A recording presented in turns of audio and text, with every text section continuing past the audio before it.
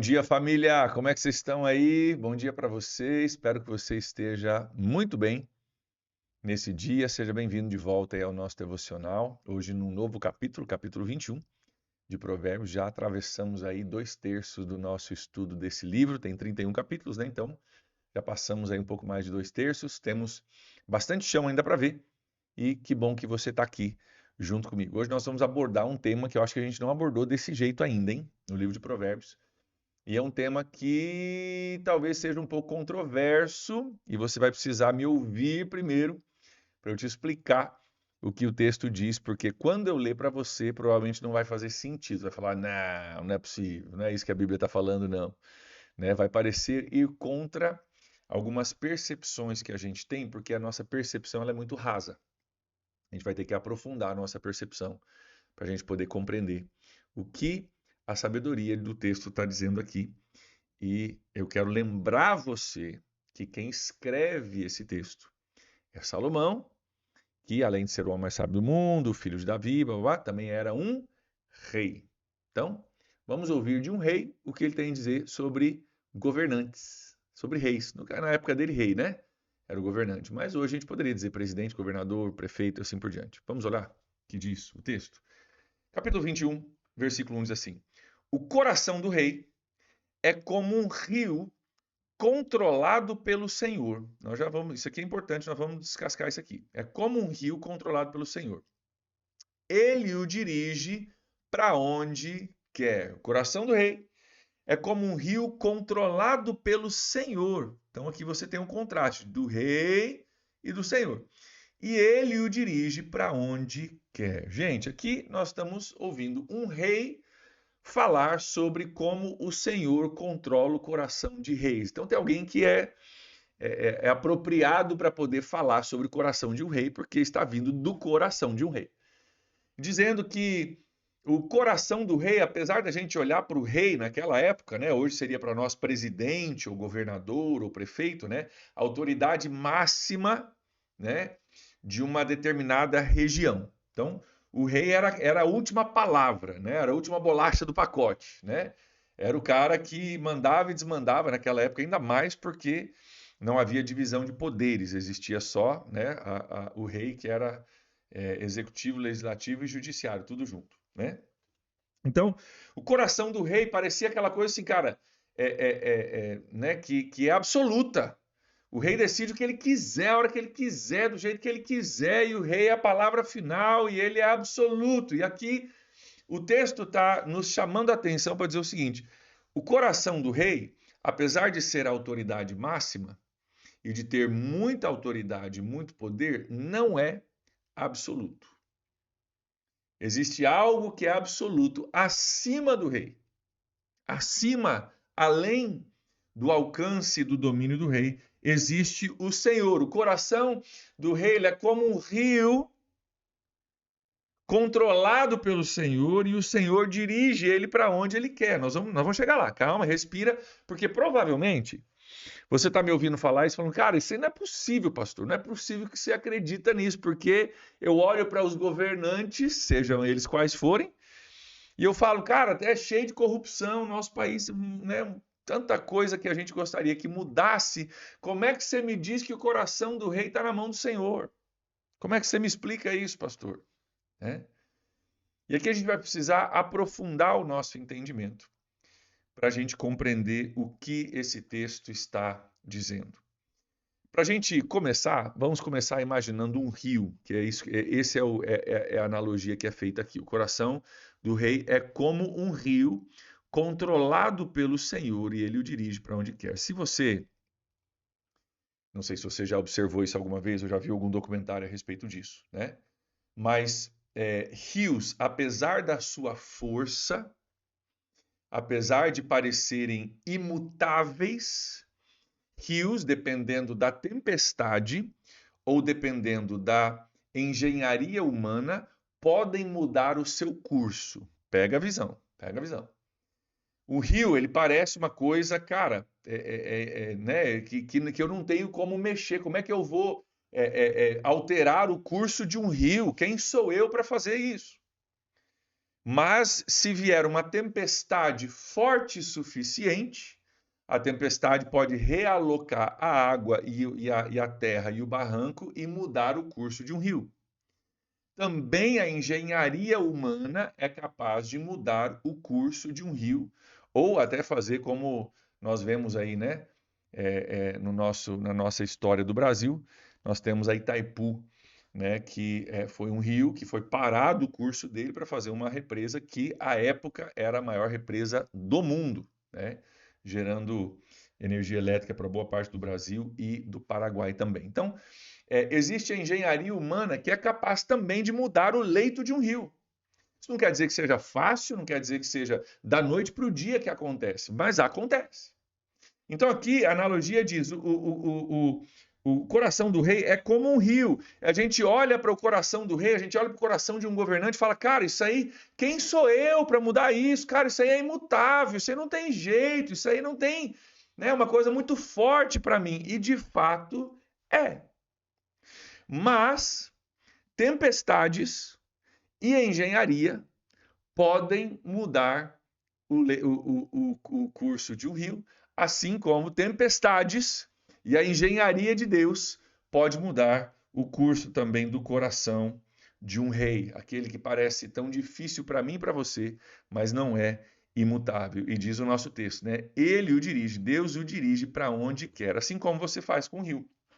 Se você tem um projeto de construção, de mudança, que você precisa mudar o curso de um rio, você pode projetar isso, criar um novo curso. Você traz, né, terra de alguns lugares, tira terra de outros lugares, forma barreiras, faz isso tudo. Você talvez já conheça, né, o canal do Panamá, por exemplo, né? Que foi criado uma conexão entre o Atlântico e o Pacífico, né? Fazendo basicamente um canal, um rio, né? Como se fosse um rio. Não é exatamente um rio, mas é como se fosse um rio que atravessa numa das partes mais, né? Numa das partes menores ali da América Central. Então, existe uma engenharia que é capaz de fazer coisas que a gente não imaginava possível. Existem engenharias que abrem caminho para coisas que a gente não imagina possível. Então, o que está dizendo aqui? O coração do rei é como um rio, é uma coisa forte, poderosa, que a gente não sente que tem poder para mudar. Mas tempestades e a engenharia podem mudar. E aí o texto diz: e Deus dirige o coração, ele muda o curso do coração do rei de acordo com o que ele quer. Aí vem a pergunta que talvez você esteja fazendo: pastor, se é verdade isso, então por que que tem tanta corrupção? Por que que Deus não muda as coisas? Por que que o que o texto não está dizendo aqui é que Deus está envolvido em cada detalhe e cada decisão de cada rei. Até porque, se hoje formos falar de decisão, a gente tem que pegar a culpa para nós, porque somos nós que elegemos, né, os nossos governantes. Então, se a gente não gosta, a gente não tem que culpar a Deus, a gente tem que culpar a nós mesmos, população, né, por quem a gente acaba elegendo. Mas o texto não está dizendo que Deus dirige cada decisão de cada rei, mas que Deus é capaz de usar engenharias para mudar o curso do coração de um rei. Eu quero que você note alguma coisa nessa ilustração de engenharias, tá? Primeiro, não se muda o curso de um rio da noite para o dia.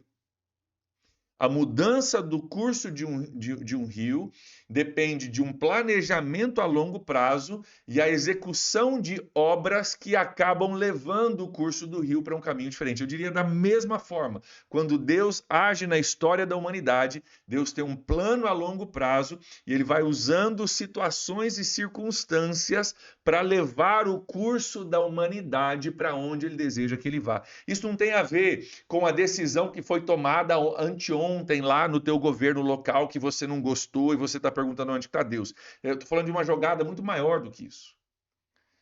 Estou falando de um planejamento a longo prazo, onde Deus diz: eu quero chegar nesse destino aqui.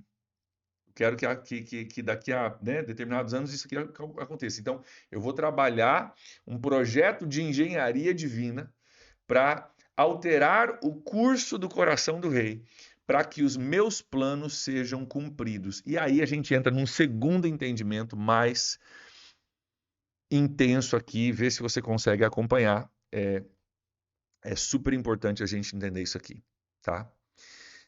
A gente precisa entender que os planos de Deus, eles incluem, às vezes, permitir um mau governante trazer tragédia sobre o povo de Deus, para que o povo de Deus se arrependa e se volte para ele. Então a gente precisa aprofundar nosso entendimento, porque a gente pensa assim, se Deus está no controle, então só vai acontecer coisa boa. Mas é Deus quem usa Nabucodonosor para atacar Jerusalém, para levá-los cativos, para destruir a cidade, para que o povo caísse em si de que o coração deles tinha se desviado do Senhor. Nabucodonosor, um rei que não era cristão, que não era de Deus, não era judeu, não era temente a Deus, não era nada disso. Leva o povo cativo durante 70 anos. Olha o tamanho do projeto. 70 anos. É uma geração. Uma geração. Para que a geração se arrependesse, reconhecesse seu erro, voltasse eventualmente para sua terra através de Esdras e Neemias e Amós, esses caras todos que a gente conhece da Bíblia, e reconstruísse a sua identidade agora com arrependimento do coração. Então, Deus pode usar maus governantes para gerar arrependimento no coração do povo que talvez se perdeu ao longo do caminho, do povo que talvez não guardou o temor do Senhor. Então a gente precisa entender que quando fala aqui que o coração do rei está na mão do Senhor, não está falando que todo governante é bom, que todo governante só faz coisa boa, que Deus então vai virar a situação da noite para o dia. Estamos falando de um mau governante, Nabucodonosor, de um império cruel, que destruiu muita coisa, que durou 70 anos, mas Deus estava no controle e no governo de tudo isso, fazendo a sua vontade a longo prazo, que o povo se arrependesse, que Neemias voltasse, restaurasse, Esdras restaurasse o louvor no templo, Neemias restaurasse Jerusalém e o povo tivesse uma chance de reconstruir a sua identidade em Deus. Então, eu quero citar só alguns exemplos aqui. Eu não vou ler o texto porque é uma coisa que